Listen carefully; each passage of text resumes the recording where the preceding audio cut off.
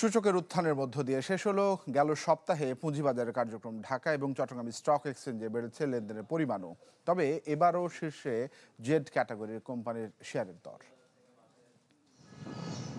লেনদেন ও সূচকের গড় ঊর্ধ্বমুখী ধারায় শেষ হয়েছে গত সপ্তাহের পুঁজিবাজারের কার্যক্রম।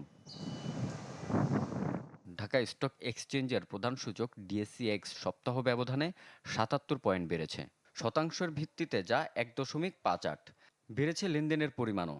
সপ্তাহ ব্যবধানে ৩০৭ কোটি টাকা বেড়ে লেনদেন হয়েছে ২০,৮৮০ কোটি টাকা। হাতবদল হওয়া শেয়ার ও মিউচুয়াল ফান্ডের মধ্যে দাম বেড়েছে ৩৩৩টির, কমেছে ৩৬টির, আর অপরিবর্তিত ছিল ২২টির দর।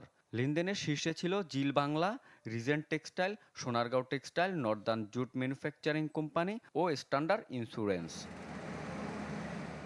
চট্টগ্রাম স্টক এক্সচেঞ্জ সিএসইতে ছিল সূচক ও লেনদেনের ঊর্ধ্বমুখী ধারা।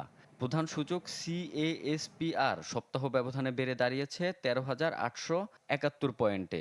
সপ্তাহ জুড়ে মোট লেনদেন হয়েছে ৬৮৭ কোটি টাকার। হাতবদল হওয়া শেয়ার ও মিউচুয়াল ফান্ডের মধ্যে দাম বেড়েছে ১৬২টির, কমেছে ৯৩টির, আর অপরিবর্তিত ছিল ২৯টির দর। লেনদেনের শীর্ষে ছিল Apex spinning, DBH first mutual fund, Bangladesh lamps, HR textile, Sonargaon textile ও ওসমানী গ্লাস শিট।